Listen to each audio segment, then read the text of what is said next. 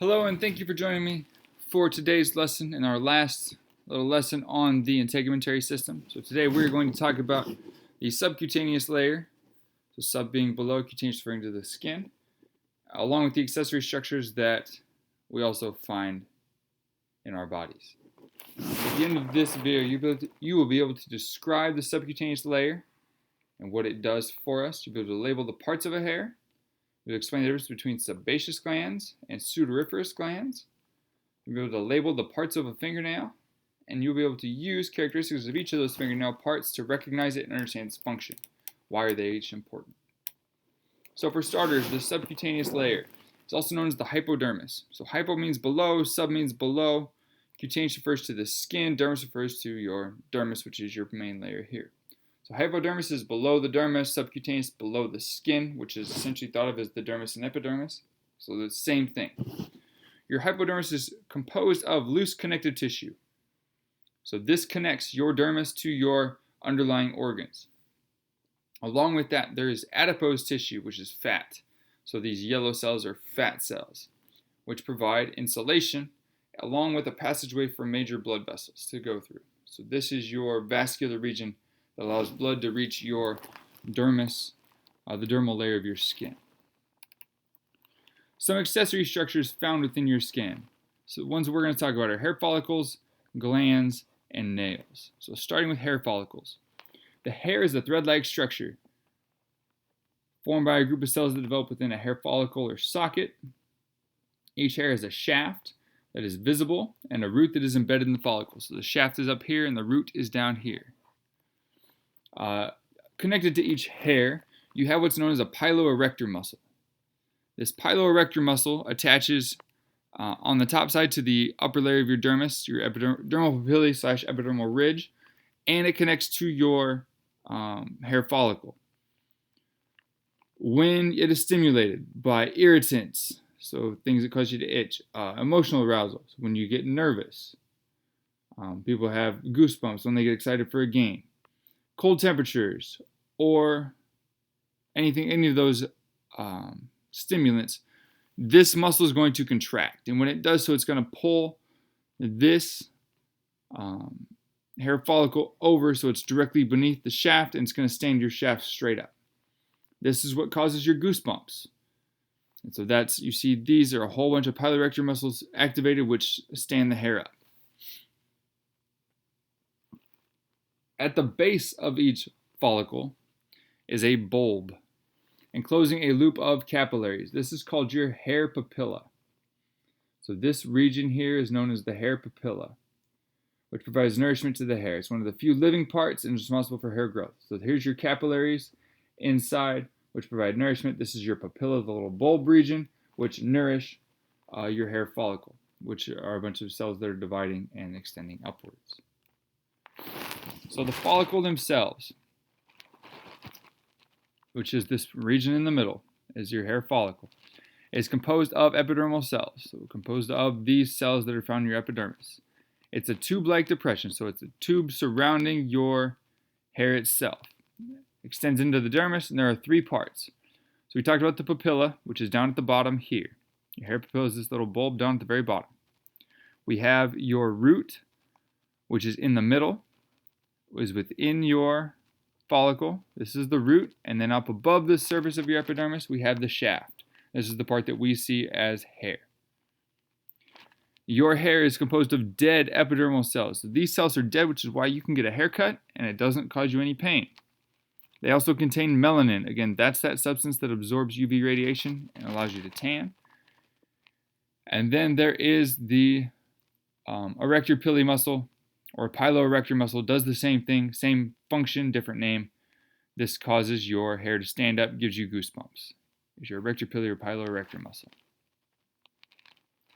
So for review, where do hair follicles form? What makes hair stand up and form goosebumps? What kind of cells make up hair follicles? And which part of the hair is above the epidermis? Pause the video, answer those questions. When you hit play, we will talk about glands.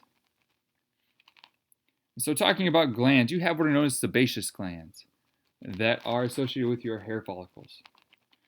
So these are associated with hair. They are holocrine glands, which means they're exocrine, which means they secrete some dead cells with their secretion, in this case sebum.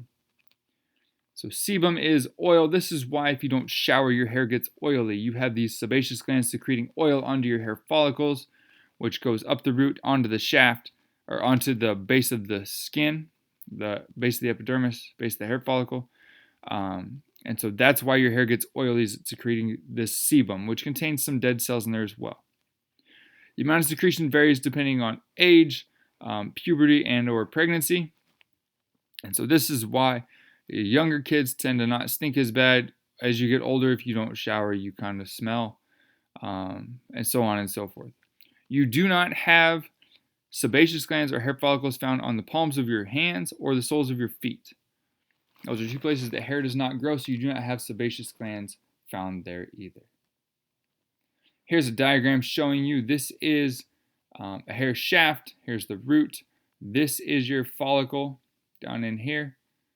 And then this is the sebaceous gland. So this secretes directly onto the hair and goes up to the surface and will sit here and form your oily layer there.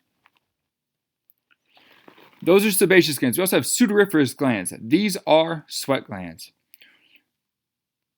To your surprise, you have approximately 2 million of them within your body. They can be found on the palms of your hands, the soles of your feet, your forehead, your armpits, all over your skin. You have sudoriferous glands. They originate deep in the dermis, so they are found in both the dermis and the hypodermis. And you can secrete upwards of 500 milliliters of sweat per day. That is a lot of sweat. That's half a liter of sweat each day. I believe, that's just an insane amount of sweat. But that is what our bodies do to cool down. And so this is, these are your sweat glands. So this is an eccrine sweat gland, which secretes directly to the surface here. Your apocrine sweat glands require another structure, so they secrete indirectly. So this structure secretes the sweat onto the hair follicle, which then takes it to the surface. So along with your sebaceous gland, which is here, your sudoriferous glands can also secrete onto the hair and release their secretions to the surface. So your sweat can get there in one of two ways, depending on the type of gland. So, to review, what do sebaceous glands do? What's their secretion called? What are sudoriferous glands? What do they do for the body? How are apocrine and eccrine glands different? And which gland is associated with hair follicles? Be sure you can answer those.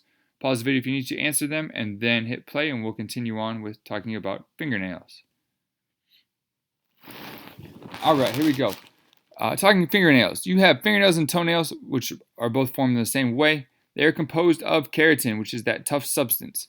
You have a couple different structures that we're going to talk about. One, you have the nail root, or the nail bed. You have the lunula, and you have the nail plate. Some other things we're going to talk about is the cuticle and your hyponychium, which is kind of a fun word to say. So the nail root begins several millimeters into the finger and extends to the edge of your lunula. So you see in this picture, you have your nail root goes beneath the skin here. So this part you can't actually see, but your root is in there.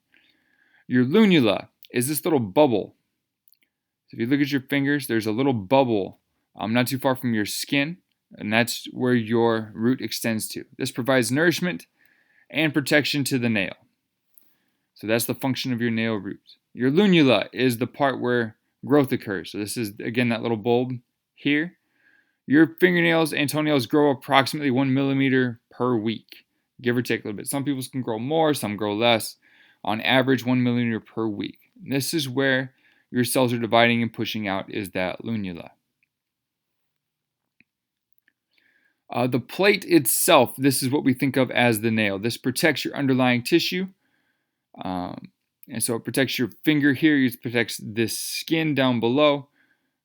Gives you a hard surface to prevent any sort of irritation. It also contains grooves, which connect to this underlying tissue and keep it in place. Connects to this hyponychium, this nail bed, to keep it in place. Your cuticle. So if you've had your nails done before, you know what a cuticle is. Most people know. If not, cuticle fuses your nail plate to the skin of the finger. It's this little fold right in here. is your cuticle. It forms a waterproof barrier, prevents water from getting into your body between your skin and your nail, or water from leaving between your skin and your nail. So your cuticle is really important. And then last but not least, we have your hyponychium, which attaches the free edge, so this piece of the nail out here, attaches this to your skin. And again, forms a waterproof layer underneath. So that your cuticle waterproofs the top of your nail, your hyponychium waterproofs the bottom of your nail. And this is kind of a cross-sectional look at it all, but these are your images. That's your hyponychium. All right. So in review, I would like you to answer I would like to know the three main parts of a fingernail or toenail. What are nails made of? So what are they composed of? What's the function of each of the primary parts? Where is your cuticle? What does it do? What is the hyponychium? What does it do? And do nails regenerate if you lose them? Yes or no? And where does that happen at if they do? Thank you very much for your time and attention through this unit. I look forward to continuing on this year. If you have questions regarding anything covered in this video or previous videos, please come talk to me. Let me know. We will get it straightened out.